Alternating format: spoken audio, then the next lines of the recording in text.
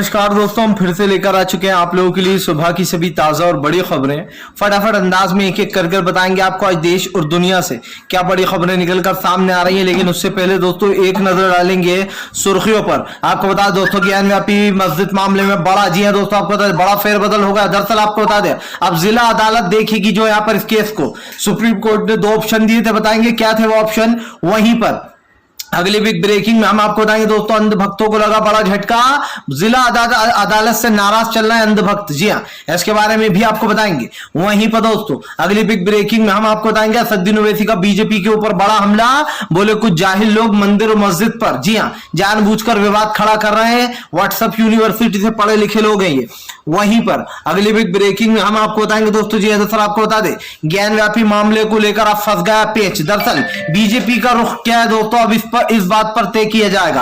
आपको बता दें बीजेपी कुछ बोलने को तैयार नहीं है, इसके बारे में भी बताएंगे।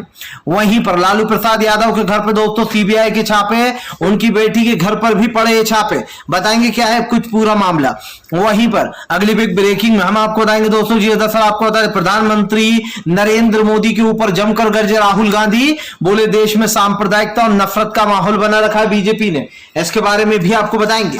वहीं पर अगली बिग ब्रेकिंग में हम आपको बताएंगे दोस्तों जी दरअसल आपको बता दें शाही ईदगाह को लेकर भी अब एक माहौल बनाया जा रहा है। जी हाँ, आपको बता दें इस मामले को लेकर भी अब एक बड़ी कार्रवाई हो सकती है, इसके बारे में भी आपको बताएंगे। वहीं पर दोस्तों आजम खान ने जेल से निकलते से ही निकाली अपनी भड़ास। जी अखिलेश यादव के लिए आपको बता दें अपनी भड़ास निकालते हुए नजर आए आजम खान, इसके बारे में आपको बताएंगे। वहीं पर आपको बता दें दोस्तों आजम खान के जेल से बाहर आने के बाद समाजवादी पार्टी ने मनाया जश्न, आजम खान के लिए किया ट्वीट, इसके बारे में भी आपको बताएंगे। वहीं पर अगली बिग ब्रेकिंग में हम आपको बताएंगे दोस्तों आरजेडी नेताओं का फूटा बीजेपी के ऊपर गुस्सा, बोले नीतीश और तेजस्वी यादव की नजदीकियों से डर रही है बीजेपी, इसके बारे में भी आपको बताएंगे। वहीं पर अगली बिग ब्रेकिंग में हम आपको बताएंगे दोस्तों जी दरअसल आपको बता दें तीनों कृषि कानून को लेकर राकेट टिकट, बोले कृषि कानून भले ही वापस हो गए लेकिन एमएसपी पर अभी भी गारंटी नहीं, इसके बारे में भी आपको बताएंगे। तो सारी खबरें फटाफट अंदाज में देंगे, एक एक कर देंगे। फिलहाल खैर चलिए बढ़ते हैं सबसे पहली और सबसे बड़ी खबर की ओर। दरअसल दोस्तों आपको बता दें प्रधानमंत्री नरेंद्र मोदी पर फंस गया पेच। आपको बता दें ज्ञान व्यापी मामले में सुप्रीम कोर्ट का बड़ा फैसला आ गया। आपको बताता चलूं सुप्रीम कोर्ट ने बड़ा फैसला सुनाते हुए कहा कि अब ज्ञान व्यापी मामले में जो जिला अदालत सुनवाई करेगी। दरअसल दोस्तों आपको बता दें 1991 का एक्ट इस पर लागू होता है। इस पर इसलिए लागू होता है दोस्तों क्योंकि ये कानून इसलिए बनाया गया था ताकि देश में शांति और प्रेम बरकरार रहे। लेकिन दोस्तों भारतीय जनता पार्टी जानबूझकर ये चालबाजियां कर रही है और वही एक ऐसी सरकार है जो इस एक्ट को जानबूझकर उजागर कर रही है। अब दोस्तों आप समझिए सुप्रीम कोर्ट ने 2 ऑप्शन दिए थे कि या तो जो कार्रवाई हो रही है उसको कंटिन्यू रखा जाए या फिर इस केस को जिला अदालत को सौंप दिया जाए। जिसके बाद दोस्तों जब 2 ऑप्शन दिए गए तो सीधे सीधे मुस्लिम पक्ष ने कहा कि इसकी जो कार्रवाई है वो तो शुरू से होना चाहिए। आपको बताते चलो दोस्तों दरअसल मुस्लिम पक्ष किसी भी हाल में फैसले से खुश नहीं है, ना ही हिंदू पक्ष खुश दिखाई दे रहा है। लेकिन सबसे बड़ी बात यह है दोस्तों कि हिंदू पक्ष खुश हो या ना हो उससे कोई लेना देना नहीं होना चाहिए क्योंकि 1991 के एक्ट को झुटलाया जा रहा हो। दोस्तों कल ही मैंने आशंका दे दी थी आपको कि सुप्रीम कोर्ट को ऐसा फैसला जरूर देगा दोस्तों जिससे कि ये केस उलझ जाएगा। अब आप समझिए सुप्रीम कोर्ट ने जो 2 ऑप्शन दिए वो दोनों ही गलत है। जाहिर सी बात है कि जब 1991 में एक एक्ट बनाया गया उस एक्ट को सुप्रीम कोर्ट को नजरअंदाज नहीं करना चाहिए था, सीधा सीधा इस पर रोक लगाना चाहिए थी। लेकिन आप समझिए आस्था के नाम पर न जाने क्या क्या किया जा रहा है। ऐसे तो कल को अंधभक्त उठकर दोस्तों हर मस्जिद पर केस लगा देंगे, तो क्या फिर सुप्रीम कोर्ट का रुख यही रहेगा कि वो जिला अदालतों को जो है यहाँ पर ये केस ट्रांसफर कर दिया करेंगे। जाहिर सी बात है आज मुसलमान का देश में रहना मुश्किल हो गया। आप समझिए हर एक मस्जिद पर सवाल उठाया जा रहा है, मस्जिदों पर इस तरीके से केस की सुनवाई होना और जिला अदालत को ये सौंपना ही कहीं ना कहीं दुख तो पहुंचाता है। क्योंकि दोस्तों फैसला तो यह होना चाहिए था कि फिलहाल इसको तत्काल में रोकना चाहिए था ये जो कार्रवाई हो रही है, लेकिन इस कार्रवाई को रोका नहीं गया। और ये आप भी समझते हैं दोस्तों कि ये 1991 के एक्ट का उल्लंघन है। हालांकि सुप्रीम कोर्ट ने इस उल्लंघन के बारे में कोई बात नहीं की, जिसके बाद कहीं ना कहीं मुस्लिम पक्ष को काफी बुरा भी लगा कि सुप्रीम कोर्ट ने खुद ने इस एक्ट की तारीफ की थी लेकिन इस एक्ट के बारे में कोई बातचीत नहीं की गई। दरअसल बीजेपी 2 चीज जानती है, पहला हिंदू मुसलमान करना, फिर मंदिर मस्जिद पर दोस्तों हिंदू मुसलमानों को लड़ाना, और उसके बाद दोस्तों सीबीआई के दूसरों के घरों पर, विपक्ष के नेताओं के घर पर छापे पड़वाना और उनको जेल भेजना। सिर्फ ये बीजेपी यही राजनीति कर रही है और आगे भी वो यही राजनीति करेगी। अब देश में दोस्तों इंसान को अपने दम पर ही जीना होगा और अपने ढंग से ही जो यहाँ पर फैसले लेना होंगे, शांति से फैसले लेना होंगे, भाईचारा बनाकर रखना होगा। बस यही सबसे बड़ा जो इस वक्त तो रामबाण इलाज है। चलिए बढ़ते हैं एक और अगली बिग ब्रेकिंग की तरफ। बता दोस्तों, जेल से बाहर आते ही आजम खान का फूटा अखिलेश के ऊपर, गुस्सा नहीं मिला आजम खान अखिलेश से। दरअसल दोस्तों आपको बता दें, इन दिनों आजम खान काफी ज्यादा नाराज चल रहा है। अखिलेश यादव ने दोस्तों उनको बनाने की काफी कोशिश भी की। आपको बता दें, आजम खान के जेल से बाहर निकलते से ही अखिलेश यादव ने एक ट्वीट किया जिसमें उन्होंने लिखा कि फिलहाल जो झूठ होते हैं, झूठ जो होता है वो हफ्तों का होता है और जो सच होता है वो सालों का होता है। इस तरीके से उन्होंने एक ट्वीट किया, जिसके बाद दोस्तों आपको बता दें आजम खान के निकलने की खुशियां भी मनाई गई। लेकिन आजम खान के चेहरा देखकर साफ दिखाई दे रहा है कि आजम खान ने इतने सालों में जो जेल में भुगता दोस्तों वो उस चीज को भूल नहीं पाएंगे, क्योंकि काफी लंबे समय से आजम खान जेल में थे। और यही कारण दोस्तों जो आजम खान का गुस्सा अब अखिलेश के ऊपर फूट पड़ा है। आपको बता दें, आजम खान ने कहा कि मेरी तबीयत ठीक नहीं है। जब रिपोर्टरों ने उनसे पूछा कि आप अखिलेश यादव से क्यों नहीं मिले, तभी आजम खान ने बताया कि दरअसल मेरी तबीयत ठीक नहीं है और मैं किसी से मिलना नहीं चाहता हूं।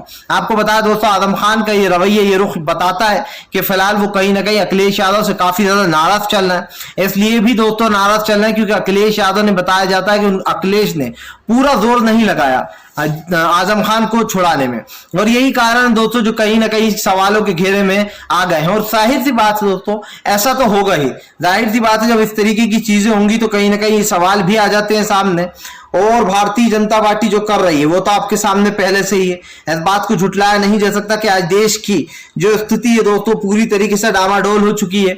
भारतीय जनता पार्टी कितने ही बड़े बड़े दावे कर ले दोस्तों, लेकिन ये बात सच है कि आजम खान को फंसाने में सीएम योगी आदित्यनाथ का सबसे बड़ा हाथ था, और इस बात को दोस्तों झुटलाया नहीं जा सकता। आज जो देश की परिस्थितियां बदल रही हैं उस पर कई सवाल खड़े हो रहे हैं, होना भी चाहिए। आज देश में जो माहौल बना है दोस्तों वो आप और हम बखूब देख रहे हैं, और यही कारण है जो प्रधानमंत्री नरेंद्र मोदी हो या सीएम योगी आदित्यनाथ हो, ये लोग बदले की कार्रवाई कर रहे हैं। बदले की कार्रवाई दोस्तों बहुत ही बुरी होती है।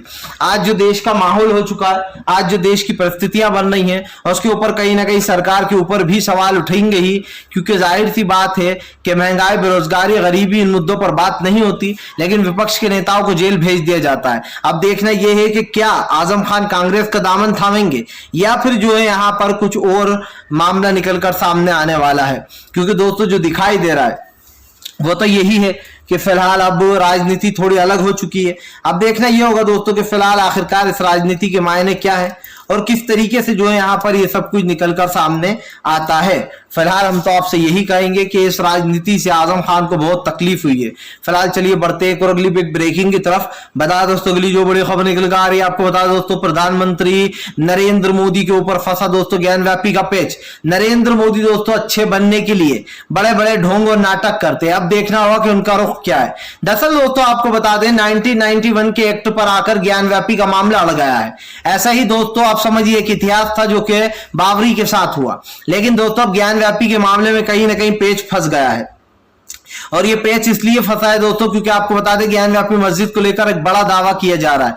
जी आपको बता दें जिला अदालत को एक केस सौंप दिया गया है, लेकिन बताया जा रहा है कि अब सरकार के हाथ में वो 1991 के एक्ट का उल्लंघन करती है या फिर वो इसके एक्ट को बरकरार रखती है। दरअसल दोस्तों आपको बता दें नरसिम्हा राव की सरकार में ये एक्ट बनाया गया था, कांग्रेस की सरकार में। ऐसे में जब ये एक्ट बनाया गया था तो बीजेपी ने पहले तो इसका विरोध किया था, लेकिन बाद में बीजेपी ने दोस्तों अच्छा बनने के लिए इसका सपोर्ट किया था और इस कानून में कहीं ना कहीं साथ दिया था। अब दोस्तों बीजेपी के ऊपर ही ये मामला आकर अड़ गया है। आपको बता दें जिला अदालत को भले ही ये केस सौंप दिया गया हो, लेकिन 1991 का एक्ट के मामला जो है वो बीजेपी के पास है, क्योंकि इस वक्त सत्ता में बीजेपी है। अब दोस्तों रुख बीजेपी का देखना है कि बीजेपी का आखिरकार इसमें रुख क्या है। आप अच्छे से जानते हैं दोस्तों कि फिलहाल जो इस वक्त मामला चल रहा है वो कहीं ना कहीं दोस्तों देश की अर्थव्यवस्था को लेकर है। अब सुप्रीम कोर्ट ने जो आदेश दिया है उसको तो फॉलो करना ही पड़ेगा, जाहिर सी बात है। लेकिन एक मसला ये भी है दोस्तों कि बीजेपी का क्या रुख है, बीजेपी क्या चाहती है, ऐसे एक्ट का उल्लंघन करना चाहती है या फिर दोस्तों देश की जनता की नजरों में अच्छा बना रहेगी। देखिए दोस्तों, बीजेपी अब बुरी तरीके से फंस चुकी है। अगर वो इस एक्ट को हटाती है और ये कहती है कि हम इस एक्ट को नहीं मानते, तो समझिए दोस्तों कि देश में जो बीजेपी ने भाईचारे का झूठा ढोंग करती है उसके चेहरे से ये नकाब हट जाएगा कि बीजेपी देश में सांप्रदायिकता और नफरत चाहती है। अगर बीजेपी इस एक्ट का सपोर्ट करती है दोस्तों, तो वो हिंदू संगठन बीजेपी से नाराज हो जाएंगे जो बीजेपी को वोट देते हैं। सिंपल सी बात है दोस्तों कि बीजेपी दोनों ही तरीके से फंस चुकी है। अब देखना यह है कि भारतीय जनता पार्टी का रुख जो है वो किस ओर होता है, बीजेपी क्या फैसला लेती है, ये सबसे बड़ा सवाल है फिलहाल। चलिए बढ़ते हैं एक और अगली बिग ब्रेकिंग की तरफ। बता दोस्तों अगली जो बड़ी खबर निकल कर आ रही, तेजस्वी यादव के घर पे दोस्तों पड़े छापे। आरजेडी, जी हां दोस्तों, आपको पता लालू प्रसाद यादव के घर पे अब सीबीआई ने छापे मारे। उनकी बेटी लालू प्रसाद यादव के सारे जितने भी घर हैं उन सभी घरों पर एक साथ छापेमारी हुई है। आपको बता दोस्तों लालू प्रसाद यादव के घर पर ही छापे तब पड़े जब तेजस्वी यादव विदेश गए हैं। जी हां, आपको बताते चले दोस्तों जो तेजस्वी यादव है वो कहीं ना कहीं अब जो राजनीति हो रही है उसके खिलाफ हो गए हैं। तेजस्वी यादव देश से बाहर हैं और इसीलिए दोस्तों बीजेपी ने देख दिखाकर उनके घर पर छापेमारी करवाई है। जी, आरजेडी नेताओं ने आरोप लगाया कि दरअसल बीजेपी ने जानबूझकर छापे पड़वाए जब तेजस्वी यादव घर पर नहीं है। आपको बताया दोस्तों लालू प्रसाद यादव की अभी एम्स से छुट्टी हुई है, एम्स से अब उनको नए मामले में फंसाने के लिए बीजेपी ने चाल चल दी है। जी हाँ, दरअसल आपको बता दें बीजेपी जो है दोस्तों उसने एक चाल चली है जिसमें उसने आरजेडी के घर पर पूरे छापे पड़वाए और लालू प्रसाद यादव का एक पुराना मामला निकाला है जिसमें उन्होंने भर्ती में घोटाले की थी, रेलवे भर्ती घोटाला कुछ इस टाइप का है। अब आप समझिए इस मामले को निकालने के बाद दोस्तों बीजेपी ने लालू प्रसाद यादव के घर पर जमकर छापे पड़वाए। इसके बाद दोस्तों आपको बता दें आरजेडी के नेता आग बबूला हो गए। दरअसल दोस्तों बीजेपी अच्छे से जानती है कि इन दिनों नीतीश और तेजस्वी यादव की जो नजदीकियां वो बढ़ती चली जा रही हैं और आरजेडी के नेताओं का कहना है कि ये बात बीजेपी को हजम नहीं हो रही है। बीजेपी ये कभी नहीं चाहेगी दोस्तों कि फिलहाल उसकी बिहार में सरकार गिर जाए और आप समझिए तेजस्वी यादव और नीतीश सरकार बना ले, क्योंकि दोस्तों इसका सबसे बड़ा नुकसान बीजेपी को ये होगा कि आने वाले लोकसभा चुनाव में आप समझिए बिहार एक बड़ा राज्य है, यहां से बीजेपी को एक बड़ा झटका लग सकता है। और यही कारण दोस्तों जो बीजेपी को डर लग रहा है, वो नहीं चाहती कि फिलहाल कोई भी रिस्क लिया जाए। देखना यह भी है दोस्तों कि आखिरकार बीजेपी स्टैंड क्या लेती है, क्योंकि जाहिर सी बात है इस वक्त जो हो रहा है उस पर सवाल तो उठेंगे ही, ऐसे वैसे सवाल नहीं गंभीर सवाल उठेंगे। क्योंकि आज जो छापेमारी हुई है दोस्तों ये तो काम सुप्रीम कोर्ट का है, वो तय करेगा कि लालू प्रसाद यादव को सजा मिलेगी या नहीं।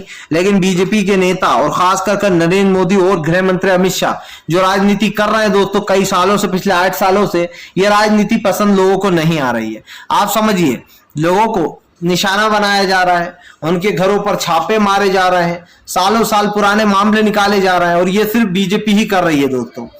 आज जो देश में हो रहा है और जिस तरीके की राजनीति हो रही है ये कहीं ना कहीं दोस्तों देश के लिए खतरनाक साबित होगी।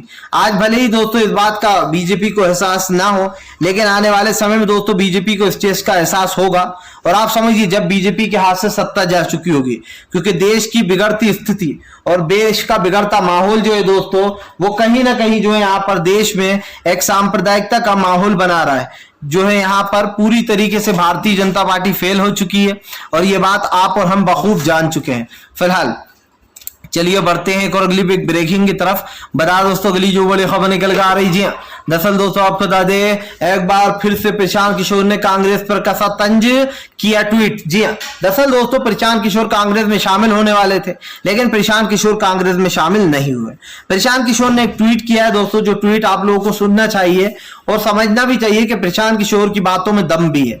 दरअसल प्रशांत किशोर ने ट्वीट करते हुए कहा कि चलो चिंतन शिविर हुआ है उससे कहीं ना कहीं भारतीय जनता कांग्रेस को अब 1 साल और बैठने का मौका मिल गया, यानी कि जो चुनाव आने वाले ये 2 जगहों पर आपको बता दें इसमें बैठने का मौका मिल गया है। और कहीं ना कहीं दोस्तों ये बात दिखाई दे रही है कि फिलहाल जो ये सब कुछ किया गया है इसको लेकर दोस्तों आपको बता दें बड़ी बात बोली है प्रशांत किशोर ने कहा कि कांग्रेस को लगता है चिंतन शिविर से सब कुछ ठीक हो जाएगा। कांग्रेस एक ऐसी पार्टी है जिसको लगता है कि हमने सत्ता में कई साल तक राज किया है और जब बीजेपी से लोग नाराज हो जाएंगे तो हम अपने आप ही सत्ता में आ जाएंगे। कांग्रेस बहुत बड़ी गलतफहमी में जी रही। प्रशांत किशोर ने कहा कि अब कांग्रेस हमेशा सत्ता में रही है, इसलिए उसको सत्ता से बाहर रहकर उसको ये एहसास नहीं हो पा रहा है। आपको बता दें दोस्तों, प्रशांत किशोर की बातों में दम है। यूं बैठे रहने से दोस्तों सरकार नहीं बनने वाली। अगर कांग्रेस इस गलतफहमी में जी रही है कि हमें जनता खुद ही वोट दे देगी बीजेपी से नाराज होकर, तो दोस्तों कांग्रेस बहुत बड़े गलतफहमी में है। इस वक्त दोस्तों बीजेपी ने एक मकड़ा का जाल बना दिया है, और वो मकड़े का जाल है दोस्तों हिंदू मुसलमान। इस जाल में दोस्तों आप समझिए मकड़ी की तरह कई लोग फंस चुके हैं। जैसे मकड़ी जाल बजाती है, उसमें कीड़े मकोड़े फंस जाते हैं, ऐसे ही दोस्तों इस जाल में हिंदू मुसलमान के चलते कई लोग फंस चुके हैं। कई लोग दोस्तों इसको सच मानते, जो न्यूज़ें बताई जाती हैं टीवी पर, आप समझिए जो गोदी मीडिया बताती है उस पर 50% लोग भरोसा कर लेते। और प्रशांत किशोर की बातों में इसलिए भी दम है दोस्तों के बैठे रहने से काम नहीं चलता। कांग्रेस को लगता है कि हमने चिंतन शिविर कर दिया, कई जगहों पर लोगों को बदल दिया, तो इससे बड़ा फायदा होगा। हालांकि दोस्तों फायदा होगा, ऐसी बात नहीं है कि फायदा नहीं होगा, लेकिन दोस्तों जीत के मंत्र के लिए, खास करके 2024 के लिए दोस्तों कांग्रेस को समझिए रोड पर आना पड़ेगा, रोडों पर उतरना पड़ेगा, रोज एक नया आंदोलन करना पड़ेगा। दोस्तों कांग्रेस कमजोर पड़ चुकी थी। अब आप देखिए कि बड़े बड़े नेताओं को कांग्रेस निकाल रही है, एक के बाद एक निकाल रही है, लेकिन सवाल यह भी उठता है दोस्तों कि कई नेता कांग्रेस से नाराज चल रहे हैं। अब देखना यह है दोस्तों कि आखिरकार मनु गोलू जो कांग्रेस में शामिल हुए, उनके आने के बाद कांग्रेस को नई राह मिलती है, या प्रशांत किशोर की जो भविष्यवाणी है वो सही साबित होती है। हालांकि माना तो यह भी जा रहा है दोस्तों, जिन मुद्दों पर कांग्रेस सोच विचार कर रही है दोस्तों, वो मुद्दे खुद प्रशांत किशोर के हैं। और इससे अगर दोस्तों कांग्रेस को फायदा होता है तो बहुत ही अच्छी बात है, लेकिन प्रशांत किशोर की बात भी गलत नहीं है। चिंतन शिविर से दोस्तों आप समझिए पूरा मसला हल नहीं होने वाला, इस पर एक बड़ा फैसला लेना पड़ेगा। चलिए बढ़ते हैं एक और अगली बिग ब्रेकिंग की तरफ। बता दोस्तों अगली जो बड़ी खबर निकल कर आ रही है, आपको बता दोस्तों चाचा शिवपाल मिले आजम खान से। आखिरकार क्या खिचड़ी पक रही है चाचा शिवपाल के दिमाग में। दरअसल दोस्तों आपको बता दें कल आजम खान जेल से बाहर आ गए। ऐसे में दोस्तों आजम खान के जेल से बाहर आने के बाद सियासत तेज हो गई है।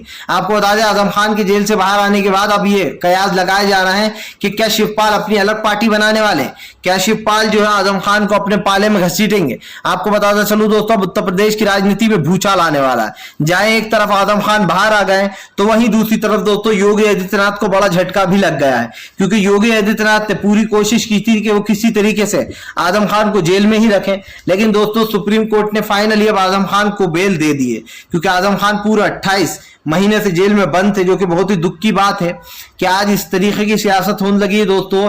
जेल भेजकर बदले लिए जाते हैं, आप समझिए, और जिसकी सरकार आती है वो राजनीति करता है। लेकिन सवाल यह है कि बीजेपी की तरह राजनीति कोई नहीं करता है।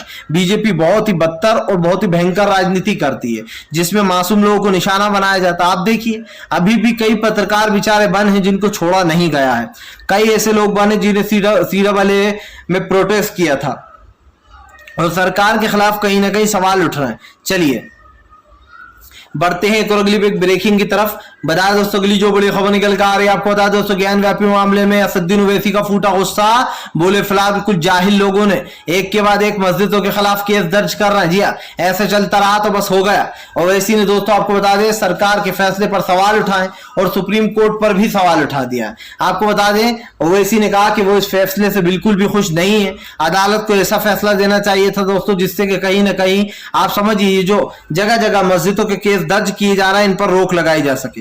लेकिन दोस्तों सुप्रीम कोर्ट का रुख आखिर क्या है? क्या सुप्रीम कोर्ट के जजों पर मोदी सरकार दबाव डाल रही है? क्या इन फैसलों को दोस्तों जानबूझकर दिलवाया जा रहा है? ये सबसे बड़ा सवाल उठता है, क्योंकि दोस्तों इससे पहले यश बोबड़े और रंजन गोगोई जो थे उनके ऊपर कई गंभीर आरोप लगे थे कि सरकार के कहने पर ही वो काम करते थे, और जो सरकार कहती थी दोस्तों वही रंजन गोगोई और यश बोबड़े का फैसला हुआ करता था। इस बात को आज भी झुठलाया नहीं जा सकता, और अगर कोई झुठलाता है तो वो खुद अपने आप को झुठला रहा है।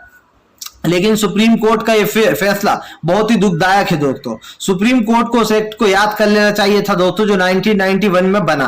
जाहिर सी बात है कोर्ट ने जो ये फैसला दिया दोस्तों इससे कहीं ना कहीं देश में एक अलग ही माहौल बनेगा। जाहिर सी बात है अगर मस्जिदों पर इस तरीके से केस चलते रहे और लोगों ने निशाना बनाया तो फिर तो दोस्तों देश में एक अलग ही माहौल होगा। और आप समझिए अब इस केस को जानबूझ के 2024 में जब चुनाव आएगा तब खुलवाया जाएगा, तब आप देखिएगा बड़े बड़े चीजें की जाएंगी ताकि इस केस की जो पैरवी है जो सुनवाई है वो कब हो दोस्तों, वोटिंग के दौरान ही हो, जब प्रचार चल रहा हो पार्टियों का, और जानबूझकर ऐसा माहौल बना दिया जाएगा। फिलहाल तो यही है कि अब सरकार के खिलाफ आप क्या कहना चाहते हैं, नीचे कमेंट बॉक्स में लिख कर जाएं। वीडियो अच्छा लगे तो लाइक करें, चैनल पर पहली बार आए सब्सक्राइब करें, ताकि इस तरीके की जो वीडियोस है वो आपको मिलते रहे और आगे भी हम आपके लिए इसी तरीके की सच्ची न्यूज़ें लाते रहेंगे। तो हमारे साथ जुड़े रहिए दोस्तों, इस तरीके की सच्ची